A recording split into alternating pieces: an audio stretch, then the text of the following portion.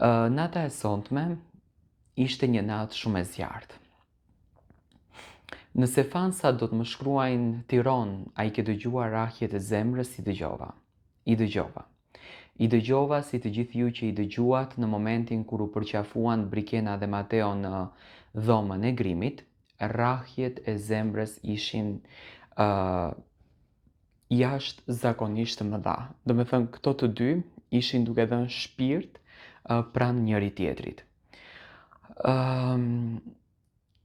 Japi mendime të ndryshme në fakt rreth këtij raportit. Unë kam qenë pak konfuz kundërdrejt Brikenës, kundërdrejt ndjenjes të saj, kundërdrejt emocionit të saj, kundërdrejt asaj çfarë Brikena ndjen në vete. Por Brikena, me sa unë shoh, e ka një presion të jashtëzakonshëm të kamerave edhe nuk mund të kalon përtej asaj frikës që ka brenda në zemër.